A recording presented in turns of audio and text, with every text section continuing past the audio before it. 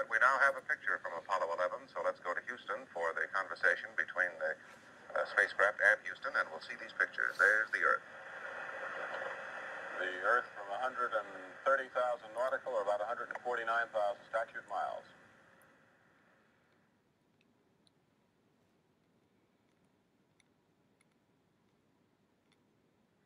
Though the federal government would have you believe that this is a view of Earth from a distance out of the spacecraft's window as it nears the moon, it is not.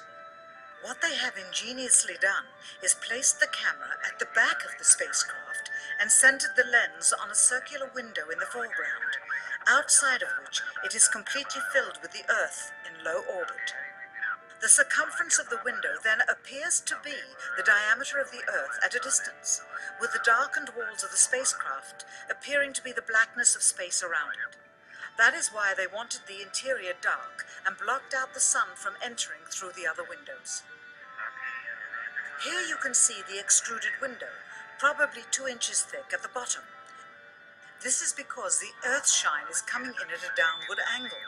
It also causes the Earth to appear to be an irregularly shaped circle, for you are seeing the outside of the window at the bottom and the inside of the window at the top, which together form 2 different sized halves of a circle. Subsequently, this take was never used. As they perfected the shot, a crescent-shaped piece of black material was inset slightly into the window to create the illusion of the Earth's terminator line dividing night and day. It is uncannily convincing. During this segment, intended to be edited and played back later for the worldwide television audience, dated July 18th, 1969, Neil Armstrong condemns himself as he states that he is 130,000 miles out, or halfway to the moon, as the NASA flight log also states on this date, when he is in reality in low Earth orbit of a few hundred miles. Roger, Houston, Apollo 11. Calling in from about 130,000 miles out. Here, during another segment, also intended to air after review, Neil Armstrong falsely explains to the viewers how the shot is attained by putting the camera's lens to the window's glass, as it would have to be if they were the claimed distance away from the Earth. We only have one window that has a view of the Earth, and it's filled up with a TV camera. If the window was completely filled up with a TV camera, as he stated, then an astronaut's arm would not be able to get between the camera and the window, as it obviously does here in this outtake. South America becomes invisible just off beyond the Terminator or inside the shadow. You can also notice how the astronaut operating the camera reacted to the mistake by attempting to pan away from it. Blue gas. See white bands of major cloud formations across the Earth. And This is a segment that they believed wasn't even being recorded, much less suitable for broadcast, for the lens was being zoomed out and the scene was being changed to that of an interior of the astronauts at work, and apparently the stop button popped back up on the recorder without notice. Here is the diffused work light that they used to see camera controls, but not throw light onto the spacecraft's wall. Here they remove part of the crescent insert.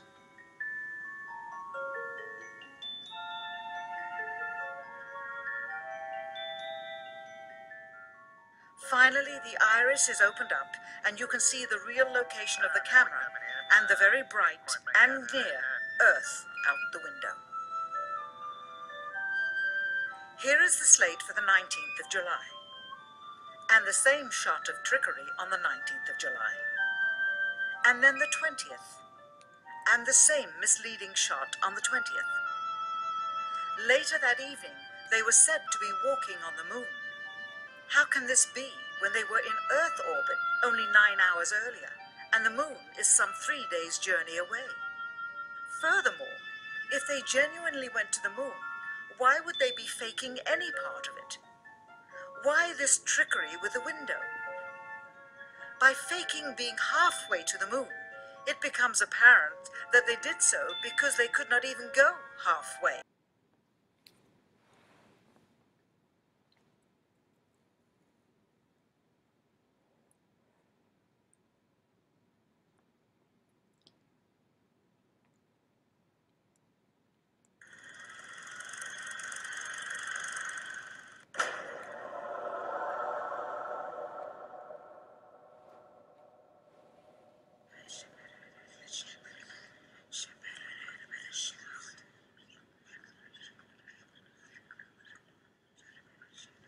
regardless of whether the Apollo moon landing was faked or not. An interesting photograph hangs on the wall of the Sanctuary of the Scottish Rite Masons in Washington, D.C. This photograph shows astronaut Neil Armstrong holding a Masonic apron over his spacesuit. The photograph has seemingly been taken on the moon, or at least on a studio set which resembles the surface of the moon. Neil Armstrong has become a mysterious character since his alleged moon expedition. According to the records of the Ohio Grand Lodge of Masons, Neil Armstrong's father is a Freemason. In fact, Neil Armstrong Sr. is a high-ranking 33rd degree Freemason. Neil Armstrong's co-pilot, the second man to have allegedly walked on the moon, was Buzz Aldrin. At the time of the Apollo 11 mission, Buzz Aldrin was a 32 degree Freemason. They were in good company, as many of NASA's astronauts were also Freemasons, including Gordon Cooper, Walter Schirra, John Glenn, Edgar Mitchell, Thomas Stafford, and Paul Weitz. These men were all members of the Brotherhood, all sworn to keep secrets on pain of death. These astronaut Masons were under the leadership of Kenneth Kleinect, who was NASA's Apollo space program manager. According to an article and photograph published in the Masonic magazine Scottish Rite Journal, upon his return from the moon, Brother Buzz Aldrin presented a flag to Sovereign Grand Commander Smith, who was the Supreme Commander of the Supreme Council of 33rd degree Masons of the world. The flag Buzz Aldrin presented had been taken to the moon on Apollo 11. According to a Masonic lecture delivered at Beauverde University in 1994 by American Masonic historians, astronauts Buzz Aldrin and Neil Armstrong performed a Masonic ritual exactly 33 minutes after touchdown on the lunar surface. They temporarily planted the international flag of Scottish Rite Freemasonry, which features a large double-headed eagle.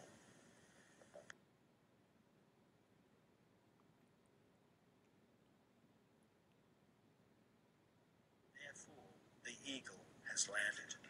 Right off. Engine arm off. 13 is in. We copy you down, Eagle. Listen, Tranquility Base here. The Eagle has landed. Roger, Tranquility. We copy you on the ground. You got a bunch of guys about to turn blue. We're breathing again. Thanks a lot. And we're getting a picture on the TV.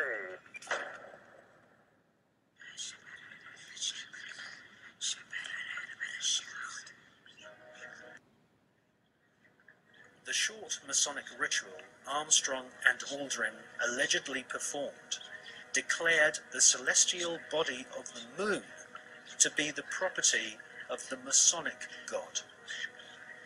Who is the Masonic God?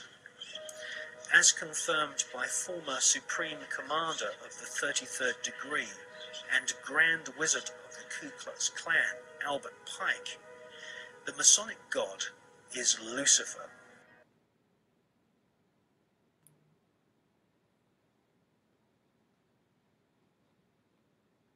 The short Masonic ritual Armstrong and Aldrin allegedly performed declared the celestial body of the moon to be the property of the Masonic God. Who is the Masonic God? As confirmed by former Supreme Commander of the 33rd degree and Grand Wizard of the Ku Klux Klan, Albert Pike, the Masonic God is Lucifer.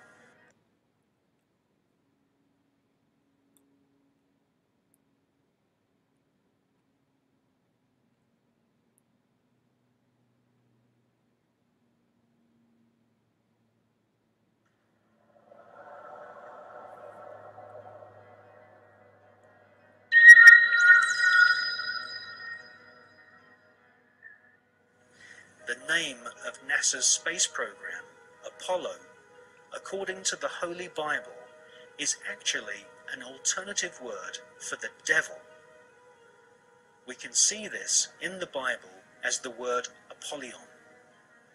Apollyon appears as the name of Satan in the original texts of the New Testament Gospels.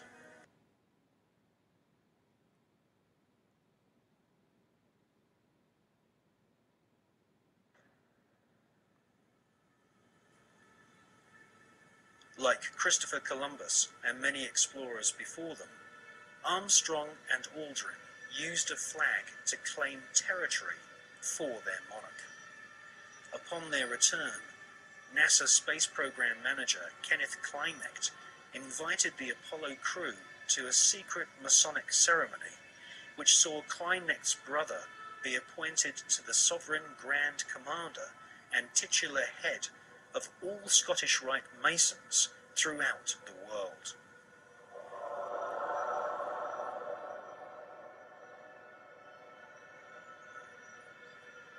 Once you learn the occult significance of words such as Apollo, Columbia, and Atlantis, you will realize that the occultically inspired murdering Nazis who developed NASA's space program have used names which are part of ritual, magic, and the occult.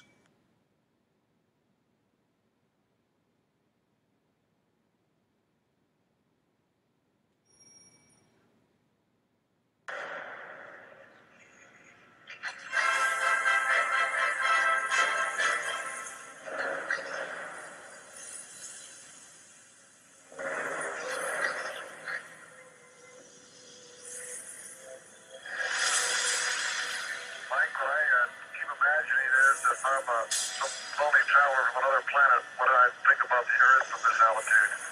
Whether I think it'd be inhabited or not.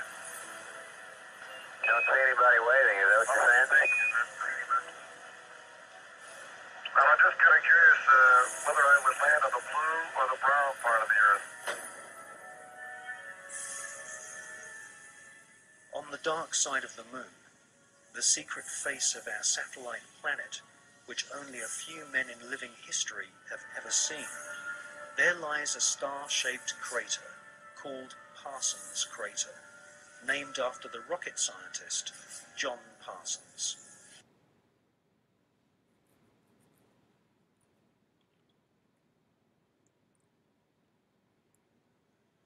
John Parsons is known by several names. He was born under the name Marvel Whiteside Parsons, and soon became involved in the occult. Charles Taze Russell, who invented the Jehovah's Witness movement in America, predicted that the beginning of the end of the world would commence on October 2nd, 1914. On this very day, rocket scientist John Parsons, better known in occult circles as Jack Parsons, was born. A brilliant rocket engineer, Parsons soon entered into correspondence with SS Nazi officer Werner von Braun, and by the age of 13 had begun summoning evil spirits and demons using magical rituals which Parsons had learnt from British occultist Aleister Crowley. Aleister Crowley styled himself as the Beast, and Jack Parsons referred to Aleister Crowley as his father.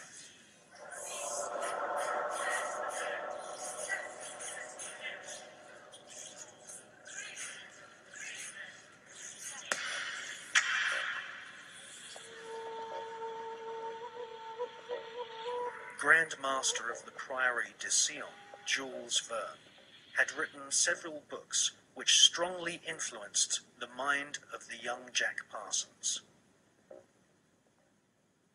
In 20,000 Leagues Under the Sea, Jules Verne prophesied the invention of a submarine vehicle which could wage war from the depths of the oceans.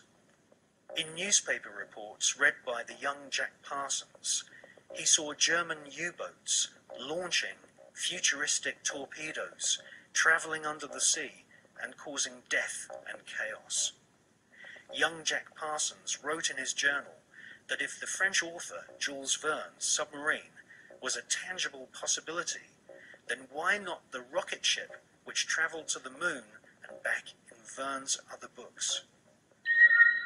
For most of Jack Parsons' adult years, he was an adept of occultism and a distant disciple of Aleister Crowley. When Crowley visited California and gave the go-ahead to form a new chapter of his OTO Satanic Secret Society, it was Pasadena, the hometown of Parsons, which was chosen. Jack Parsons developed and patented several liquid and solid fuel rocket engines.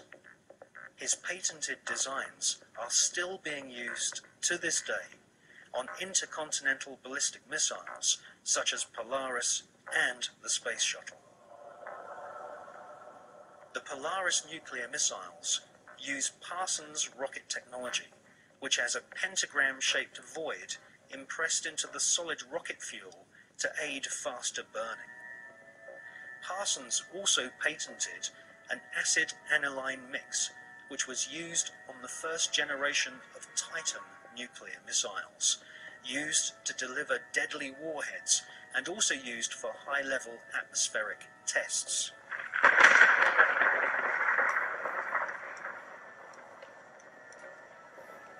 Coincidentally, Jack Parsons' occult mentor, the British beast Aleister Crowley, used to often call himself the nickname Titan.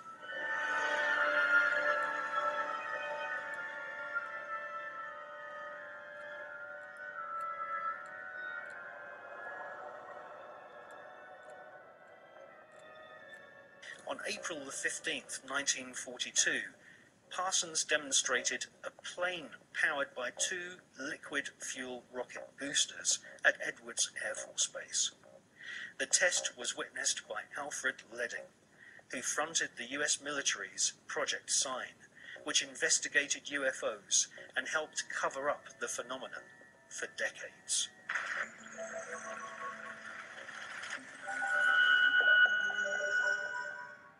Jack Parsons revered the English Satanist Aleister Crowley, and eventually became the leader of one of Crowley's secret cults called the OTO. The OTO, or Ordo Templi Orientalis, claims descent from the Bavarian Illuminati, which had been revived by Adam Spartacus Weishaupt on May 1st, 1776.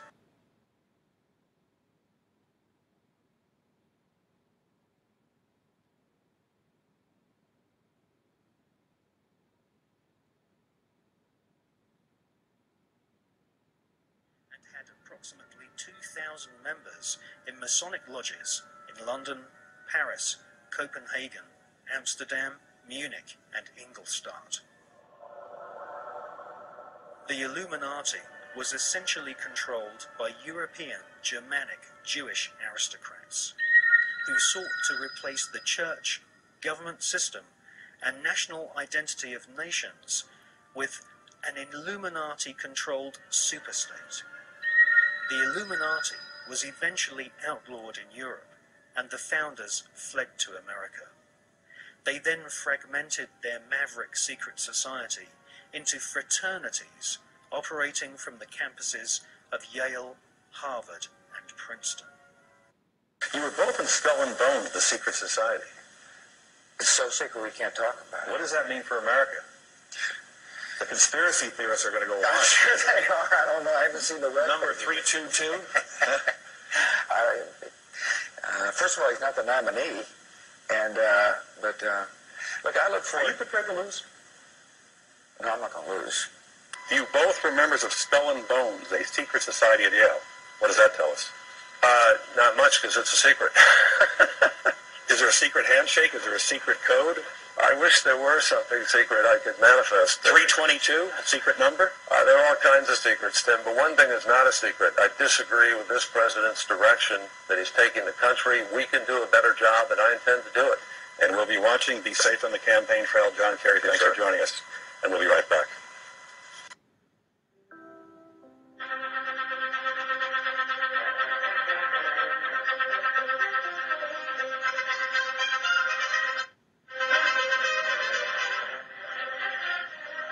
I'm Tom Brokaw, NBC News, and it is my sad duty to report this afternoon that my friend and colleague, Tim Russert, the moderator of Meet the Press and NBC's Washington bureau chief, collapsed and died early this afternoon while at work at the NBC News Bureau in Washington. Tim had just returned from a family trip to Italy with his wife, Maureen Orth, the writer, and his son, Luke. They were celebrating Luke's graduation from Boston College just this spring. Tim, of course, has been the host of Meet the Press longer than any other person in that long-running television broadcast. And he has been a very familiar face on this network and throughout the world of political journalism as one of the premier political analysts and journalists of his time. Tim, 58 years old, grew up in Buffalo, and he wrote a #1 best-selling New York Times book called Big Russ and Me.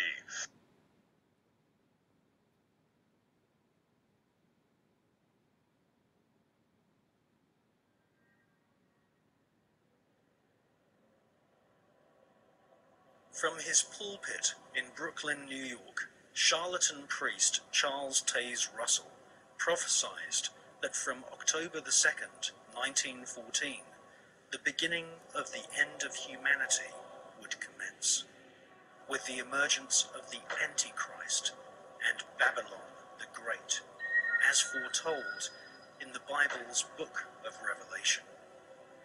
Jack Parsons, born on that prophetic day, would later attempt to invoke the incarnation of Babylon and also sign an oath stating that he was indeed the Antichrist.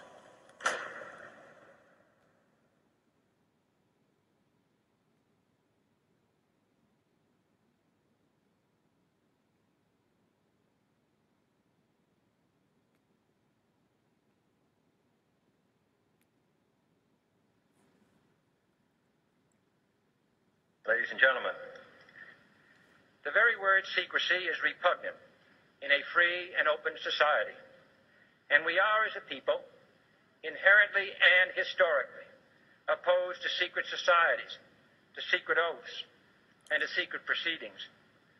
For we are opposed around the world by a monolithic and ruthless conspiracy that relies primarily on covert means for expanding its sphere of influence, on infiltration instead of invasion, on subversion instead of elections, on intimidation instead of free choice. It is a system which has conscripted vast human and material resources into the building of a tightly knit, highly efficient machine that combines military, diplomatic, intelligence, economic, scientific, and political operations. Its preparations are concealed, not published. Its mistakes are buried, not headlined. Its dissenters are silenced, not praised. No expenditure is questioned, no secret is revealed. That is why the Athenian lawmaker Solon decreed it a crime for any citizen to shrink from controversy. I am asking your help in the tremendous task of informing and alerting the American people, confident that with your help, man will be what he was born to be, free and independent.